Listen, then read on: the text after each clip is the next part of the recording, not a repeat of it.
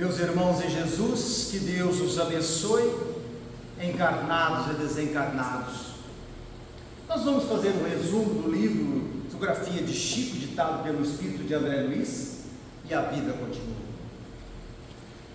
As obras de Chico vêm complementar as obras de Kardec, principalmente o Evangelho, onde nos fala das leis morais.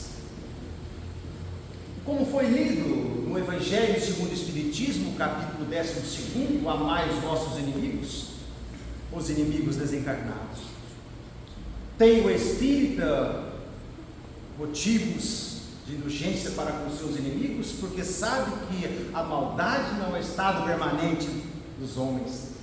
E da mesma forma que a criança se corrige dos seus defeitos, o homem mau reconhecerá um dia seus erros e se tornará bom. Sabe-se que a morte livra só da presença material. E aí vem as perseguições, os processos obsessivos, possessão e subjugação. O provérbio morto do cão acaba-se a raiva aplicada ao homem é radicalmente falso, porque o sangue conserva o ódio além do túmulo. E aí André Luiz vem nos relatar sobre esses processos obsessivos, vem nos relatar sobre seres que tentam se livrar daqueles seres supostamente seus inimigos, tirando a vida. André Luiz nos fala que dentro do nosso lar, com raras exceções, estão os nossos maiores adversários. E assim ele nos relata através do livro A Vida Continua. Lá no capítulo 26, ele nos fala que Ernesto, Desidério, Amâncio, Túlio Mancini, Caio Serpa, Elísia, Vera Celina, vem se arrastando há séculos, problemas familiares. Então, não sabemos quando aconteceu essas tragédias. Sabemos que isso existiu antes da psicografia, que foi em 1964. E André Luiz nos traz, através da psicografia de Chico. Eram 3 amigos: Ernesto, Desidério, Amâncio. Amigos de frequentar a casa um do outro. Mas cada um com os seus interesses particulares. Ernesto era casado com Elísia, Desidério com Brígida, mas era amigo de Amâncio, que não era casado. E ambos tinham hábitos de caçar codornas aos finais de semanas. Só que Desidério tinha interesse em Elísia, esposa de Ernesto. E Elísia tinha uma tendência a Desidério. Amâncio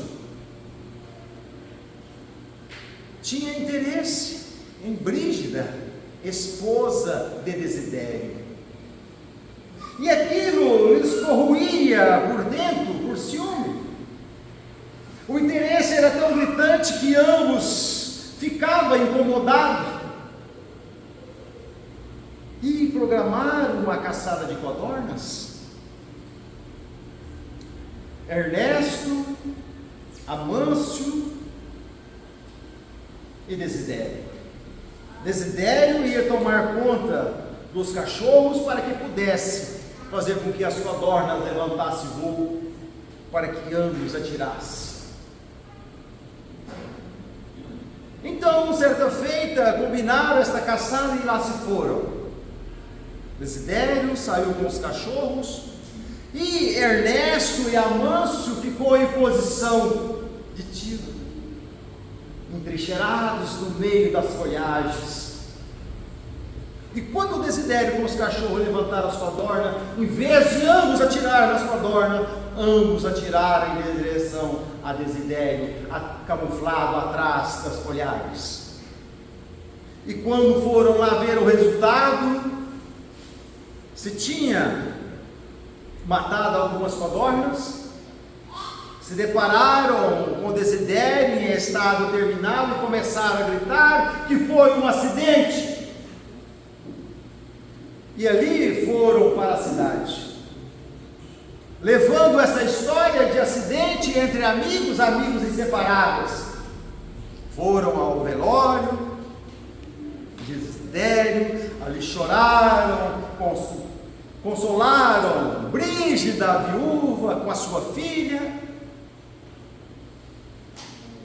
Como a ciência era muito atrasada naquela época, porque esse livro foi psicografado em 1964, mas esses acontecimentos foram antes disso. Então ali ficou como se fosse um acidente entre amigos.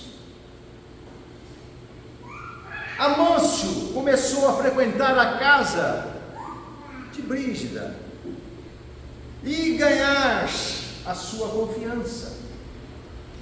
E com o passar do tempo, vieram a se casar e ajudando a criar uma filha de 4 ou 5 anos que ficou órfã. Bom, o tempo passou. Avelina, nos seus 24 anos, começou a enamorar-se. E ela alimentava a esperança de 2 jovens, Túlio Mancini e Caio Serpa. E ela não se decidia o qual dos 2 pretendentes ela ia enamorar. Então, certa feita, Túlio Mancini, chateado com aquela situação, tentou o suicídio. Tomou algo corrosivo para tirar a vida. Só que o fato não se consumou. Como o fato não se consumou, Avelina se aproximou dele e alimentou a esperança. Bom, ambos eram advogados, Túlio Mancini e Caio Serpa. E certa feita, Caio Serpa convidou Túlio Mancini no final de semana para ir ao seu escritório consultar um livro sobre as leis internacionais de direito. E ele aceitou. Então, estando lá no escritório, começaram a conversar e de repente Caio Serpa disse a ele: "Você é um covarde. Por que você foi tentar suicídio? Você é um perdedor, a Avelina vai ser a minha esposa." E quando o Túlio Mancini tentou argumentar, Caio Serpa arrancou de um revólver, deu um tiro no meio do peito e armou a cena do crime como se ele tivesse suicidado. E ali chamou os parentes, os amigos, mostrou a cena do crime e ficou como ele tinha se suicidado. E a Avelina acreditou que Túlio Mancini tinha suicidado por sua causa. Então há aquele sentimento de culpa. Bom, com o passar do tempo, Caio Serpa e a Avelina se casaram. E depois de alguns meses de casada, a Avelina se engravidou. Engravidou e começou a fazer pré-natal, foi no ginecologista, e essa ida no ginecologista, o ginecologista detectou algo diferente. Era um tumor na suprarrenal. Então disse a Caio Serpa, por causa desse tumor na suprarrenal, a Avelina não poderia dar continuidade naquela gravidez, porque a sua pressão arterial estava acima. do desejado. Então, para que não viesse a óbito a Avelina, tinha que sacrificar o feto. E assim sucedeu-se. E nesse aborto, por causa da saúde da mãe, Caio Serpa perdeu o interesse por Avelina, porque ela não poderia lhe dar um filho. Então, esfriou a relação do casal, mas ele jamais deixou de dar assistência financeira, os melhores médicos. E com esse esfriar, esse relacionamento do casal, de vez em quando, Avelina encontrava nos bolsos de Caio Serpa alguns bilhetinhos de uma suposta Vera Celina, a suposta amante, e ela guardava aquilo para ela, não contrariava, não falava nada, porque o que mais Caio Serpa desejava era ter um filho, era ser pai, e ela não poderia dar isso a ele.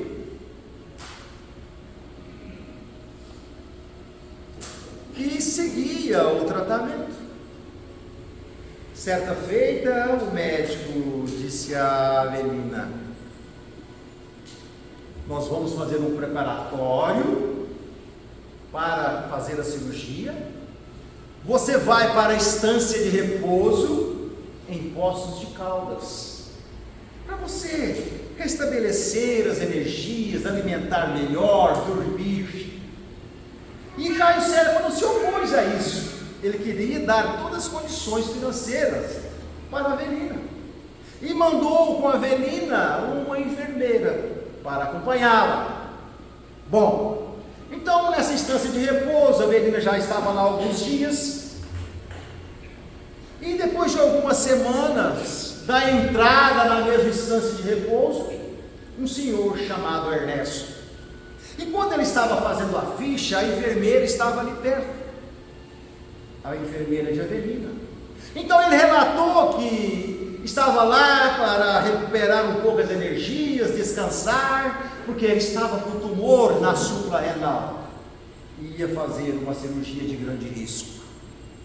E nisso que a enfermeira ouviu, falou: olha, a minha patroa também está com o mesmo problema, um tumor na súpula renal. Viemos para cá para que ela pudesse recuperar, se estabilizar, para que possa fazer essa cirurgia que o médico falou que é uma cirurgia de grande risco. E nisso Ernesto interessou, porque era o mesmo problema, um tumor na súpula renal. E nós também somos assim, nós só interessamos pela enfermidade, pelos problemas do próximo, quando nós estamos passando pelos mesmos problemas. Porque caso contrário, para nós estamos gozando de plena saúde, não preocupamos. Somos egoístas, somos orgulhosos ao extremo, somos filhos ingratos. Bom, então Ernesto acabou de fazer a ficha lá e procurou a Avelina, que estava lá na praça, sentada, apreciando a natureza. E começou a conversar com ela: olha, eu encontrei a sua funcionária, ela falou que você está com tumor na súpula renal, que você veio para cá, que o médico dela, seu também é o mesmo médico meu. E começaram a conversar, ambos católicos demais, e dizia: será que nós morrermos, tem outra vida, a vida continua? Bom, foram se estreitando os laços de amizade. Olha, depois você me fala como foi a sua cirurgia. Beleza. E ela, como chegou primeiro, né? Ela foi primeiro. Retornou a São Paulo para fazer a cirurgia. E nessa cirurgia de grande risco, a Avelina veio a desencarnar-se. Passou alguns dias, Ernesto foi para São Paulo também fazer a cirurgia, só que ele não sabia do resultado da cirurgia de Avelina. Ernesto foi para São Paulo, foi submetido à cirurgia e veio a desencarnar também. nós todos somos catalogados a uma cidade no mundo espiritual, como André Luiz é catalogado na cidade do nosso lar. Nós aqui na terra somos catalogados na cidade de Uberaba. Então existe N cidades, vielas, retiros, né? No mundo espiritual, vilarejos, e cada um é ligado ali nessa cidade. Então a Avelina foi levada para uma cidade no mundo espiritual que, quando foi passado através da fotografia de Chico, lá tinha 100 mil habitantes. Então a Avelina estava num hospital onde os muros eram muito altos. E com o passar dos tempos, quem chegou lá? Ernesto. E ele ficou feliz. Olha, nós estamos no mesmo hospital, recuperando, pós-operatório. Graças a Deus que nós não morremos. E a vida continua. Então começaram a conversar, e eles ficavam preocupados, porque o muro era muito alto. Isso aqui está parecendo um manicômio. E ao longe eles avistavam os prédios, né? Que a terra é uma réplica do mundo espiritual. Só nós lermos André Luiz, nós vamos saber disso. E eles ficavam preocupados. Por que nossos parentes não nos vêm nos visitar? É um lembrete para nós, hein, meus irmãos? Quando nós estivermos no hospital e os parentes não vieram visitar, porque aconteceu algo diferente. Então vamos refletir nisso. Não vamos dar trabalho para os médicos, para os enfermeiros. Então, o Ribas era o diretor daquela colônia, e acompanhado do irmão Cláudio. E quando eles chegavam lá, eles falavam: por que nossos parentes não vêm nos visitar? Calma, vai chegar o momento deles visitar. Porque não poderia dar aquele susto neles, que eles recaíram, estavam recuperando maravilhosamente bem. E aí ele escutava a conversa de fora do lá, que é uma praça enorme, o pessoal saía para passear na praça, escutava o pessoal conversando: deixa nós sairmos lá fora. Eles falavam: não, o momento de vocês ir lá fora vai chegar. Então tenha paciência. E aí Ernesto perguntou ao irmão Cláudio: quem está pagando as nossas estadias aqui? Os familiares de vocês, através da prece. Olha como a prece é importante para os desencarnados e para os encarnados. Está lá no capítulo 27 do Evangelho: pedide e obtereis, eficácia da prece. E nós esquecemos da prece. A prece é o sustentáculo das nossas almas. A prece nos traz a paz interior. A prece nos traz o equilíbrio, o discernimento. Então estava sendo pago aquele hospital confortável, com todas as aparelhagens. Lá eles pediam, as enfermeiras que queriam tomar algo, era servido suco de maçã. E a vida continua. Qual que é o problema? Então chegou o dia que eles puderam sair para conversar, interagir com aquela gente que estava lá fora. E vai lá para a praça e começa a conversar. E no meio daquela multidão, uma senhora começou a chorar e dizer que os familiares não iam visitar. Queria que encontrar os familiares. Aí tinha uma senhorzinha assim, que, como? Não vou te falar, mas vou acabar falando, né? Não é assim que a gente faz? Mas não espalha não vou te falar. Aí ela chegou para ela e falou assim: olha, se eu não me engano, nós não pertencemos mais ao planeta Terra. Ernesto deu uma suadeira nele, tirou o lenço do bolso, começou a enxugar. A Avelina quis desmaiar e eles foram acolhidos. Levaram para o hospital e foram orientados dos acontecidos, que a vida continua. Tá. E eles começaram a assimilar. André Luiz nos traz esses relatos, meus irmãos, muito superficial, porque isso aqui, ó, é centenas e centenas de anos. As coisas não se resolvem no estalar de dedo, não.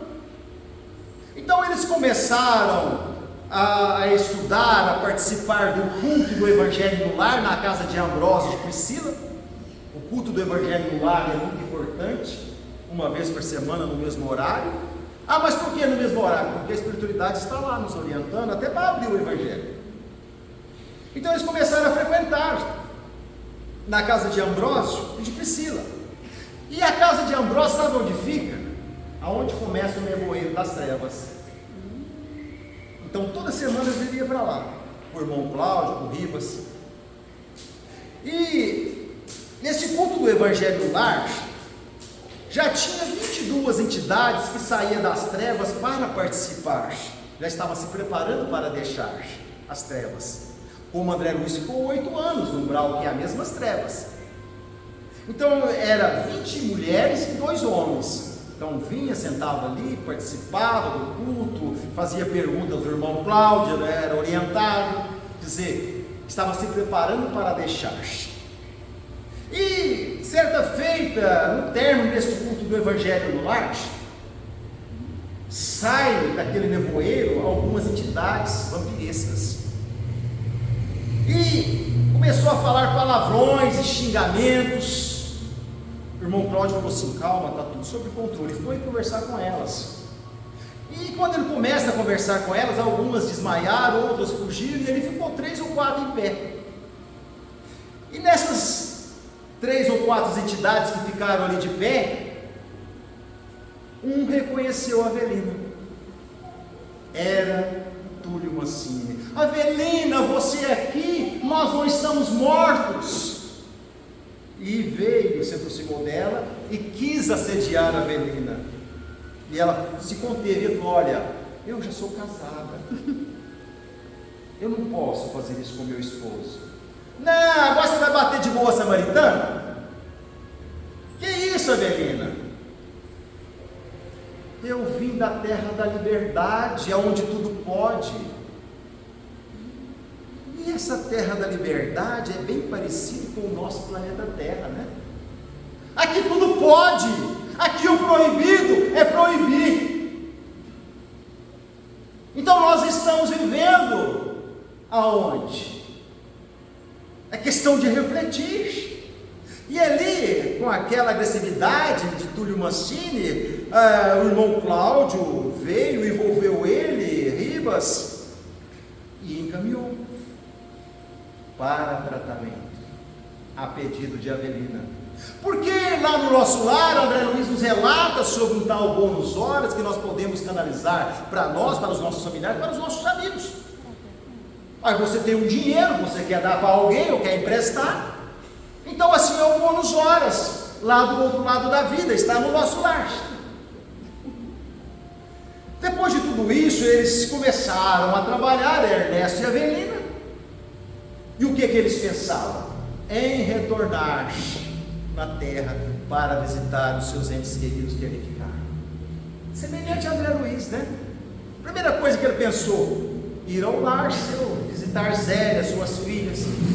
Assim Avelina e Ernesto quis voltar à terra para encontrar Caio Serpa, Ernesto encontrar Vera Celina e Elísia. Então um dia foi marcado, uma aeronave pousou lá. Só usa a aeronave para os espíritos que ainda não têm moral, não têm conhecimento. Porque para os espíritos elevados usa-se volitar. Então a aeronave encostou lá entrou uma multidão de gente, porque numa cidade de 100 mil habitantes, muitas pessoas têm merecimento para vir visitar os seus parentes. E assim foram, e a Avelina e Ernesto combinaram, falaram: olha, eu vou lá na minha casa primeiro e qualquer coisa eu te chamo. Tá, a aeronave parou na rodovia Anchieta, e eles desceram, ambos de São Paulo, e foram. Então o Ernesto ficou do lado de fora esperando a Avelina. Quando a Avelina adentrou a sua casa, na sala, ela viu que já não estava como ela deixou. Já não tinha foto dela mais, alguns quadros que ela gostava já não estavam lá mais. Escutou a conversa de uma mulher, aquilo deixou ela incomodada. E ela começou a desesperar, então chamou Ernesto por pensamento, porque o linguajar dos espíritos é o pensamento. Lembra quando André Luiz chegou na sua casa, que encontrou lá o segundo esposo da sua esposa? Então, ele levou o pensamento lá no nosso lar, Narcisa veio em seu socorro. Então ela levou o pensamento lá, Ernesto veio e falou: o que foi? Falou: tem uma mulher aqui. E a hora que eles adentraram o quarto, a Avelina sentiu um mal-estar danado, porque era a suposta amante dele que estava ali, quando ela estava doente. E Ernesto sentiu um mal-estar pior do que o de Avelina, porque a suposta amante de Caio Serpa era sua filha. Ah, Avelina, me desculpa. Não tem nada que me desculpar, não. Isso não tem nada a ver com isso. Eles já estavam equilibrados, já estavam discernindo o certo do errado. E nisso eles estavam programando para ir em Santos visitar Elísia, a sogra de Caio Serpa. Eles internaram ela porque, com a morte de Desidério, como eles tinham uma ligação, tinham assim uma sintonia, Elísia e Desidério, o que aconteceu? Foi sugado. E aí se tornou um obsessor. E aquilo ela foi enfraquecendo, eles internaram ela em Santos. Então ele estava de saída para Santos. O que aconteceu? Foram juntos. Às vezes nós achamos que nós estamos sozinhos, estamos dando carona para muita gente, viu, gente? Então por isso nós temos que orar e vigiar. Então eles foram, e ali Ernesto ficou sabendo que Caio Serpa interditou a sogra. Ernesto deixou um patrimônio enorme. Ernesto não foi pai e nem esposo, ele só trabalhava. Ele não deu amor para a esposa e nem para a filha, só trabalhando. E ele se revoltou, esse canalha. Aí veio o socorro, né? Lá dessa cidade onde ele estava. Por que você está revoltado, Ernesto? Ah, esse canalha me deu tudo que eu deixei para a minha filha e para a minha esposa Elísia. Calma, está tudo sob controle. Mas por quê? Ele vendeu sim o patrimônio, a qual você deixou para Elísia.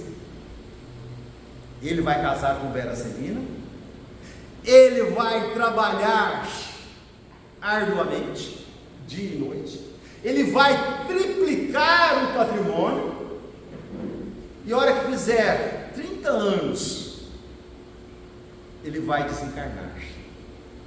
E sabe quem vai ser o primeiro filho de Vera Celina e Caio Serpa? Túlio Mancini, a quem ele assassinou. E sabe quem vai ser o segundo filho? Elísia, a sua antiga sogra, a qual ele espoliou. Então, os bens vai voltar para os seus antigos proprietários.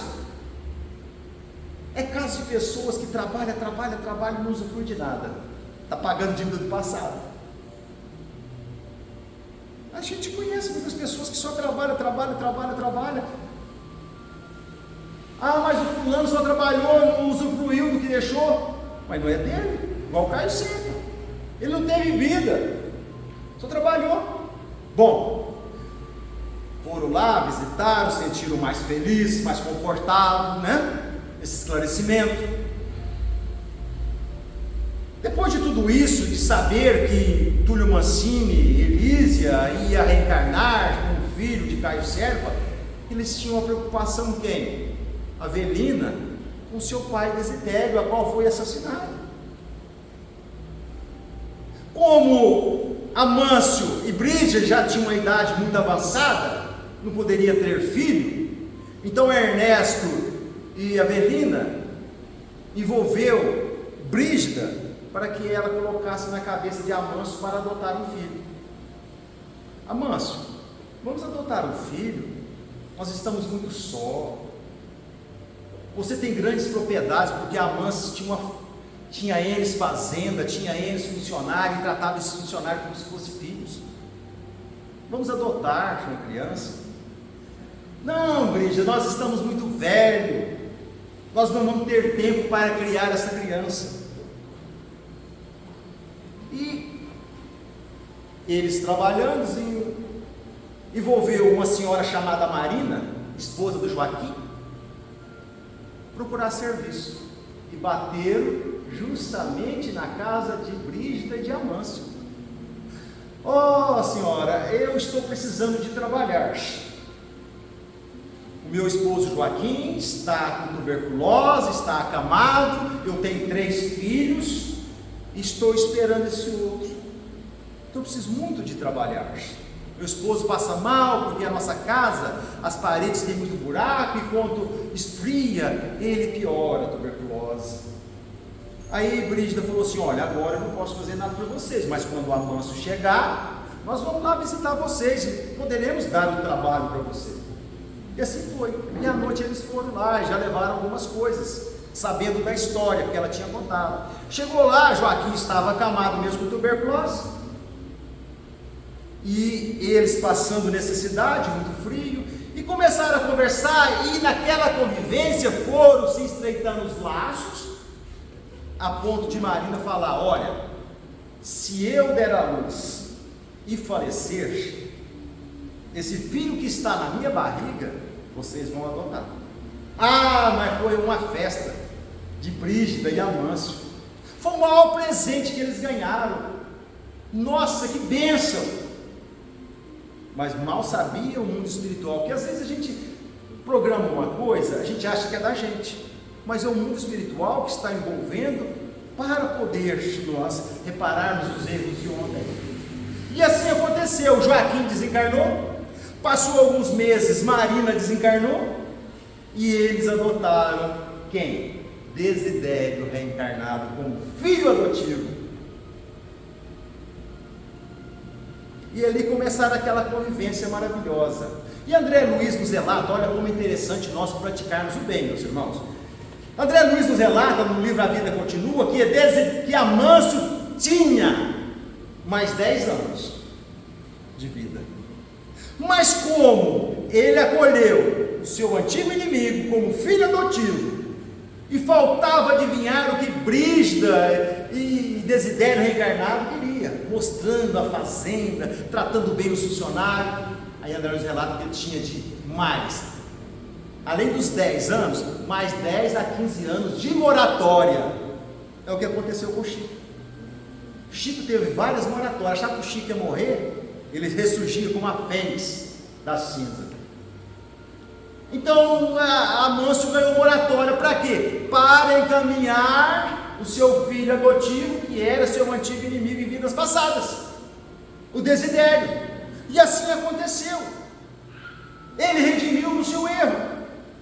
Ambos atiraram em direção de Desidério, mas Ernesto errou o tiro. Quem matou verdadeiramente Desidério foi Amâncio. Depois de encaminhar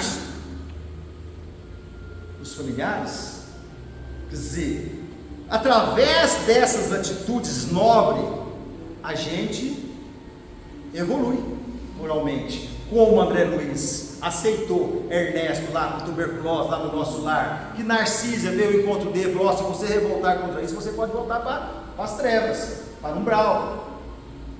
Vamos auxiliar, tenha Ernesto como se fosse o seu irmão. E ele aceitou, falou: então vamos lá na mata buscar néctar de eucalipto de manga para tratar dele. E ele ali ficou auxiliando. E através dessa atitude de André Luiz, quem veio de Aeróbus retornou volitando. Então assim foi Elísia, foi Avelina e Ernesto, retornaram para as suas cidades. E a convivência deles estreitaram os laços a ponto de eles querer se casar no mundo espiritual. Então eles chegaram lá para Ribas, o diretor daquela cidade, disse: irmão Ribas, meio constrangido. Aí Ribas falou para ele: eu já sei o que você quer se casar com Avelina. É isso mesmo. Há permissão? Há permissão. Mas muitos podem estar pensando: o casamento não é só para relação sexual, não. Espírito não tem sexo, está lá no livro dos Espíritos. Há pessoas que você sente bem estar próximo, o tocar na pele, a sua presença nos traz uma paz interior. Assim acontecia com a Avelina e com Ernesto, e eles se casaram. São, como o caso nos relata André Luiz, lá no Missionário da Luz, Isabel e Isidoro, que vieram do nosso lar e reencarnaram aqui, se casaram. A união deles era tão sincera, mas tão sincera, que Isidoro desencarnou, o mundo espiritual permitiu que ele ficasse ali, ajudando Isabel a cuidar da família. Então Avelina e Ernesto se casaram no mundo espiritual, e o trabalho sempre aumentando. Quanto mais evoluído é o espírito, mais trabalho tem. Assim nos fala lá no livro dos Espíritos, a introdução dos estudos doutrinários, nota de Kardec que é incalculável o número de espíritos.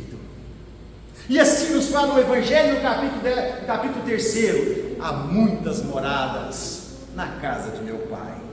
Então, quanto mais evoluído o espírito, mais trabalho ele tem. Então vamos refletir nisso, meus irmãos, porque nós não nascemos para ficar eternamente na ignorância. Somos espíritos milenares, nos arrastando pelos milênios deste mundo de meu Deus, e algo vai nos elevar e nos aproximar do Criador. Simplesmente o verdadeiro amor. Só se une no céu aqueles que amaram na terra. Que Jesus nos abençoe e nos ampare, hoje, agora e sempre.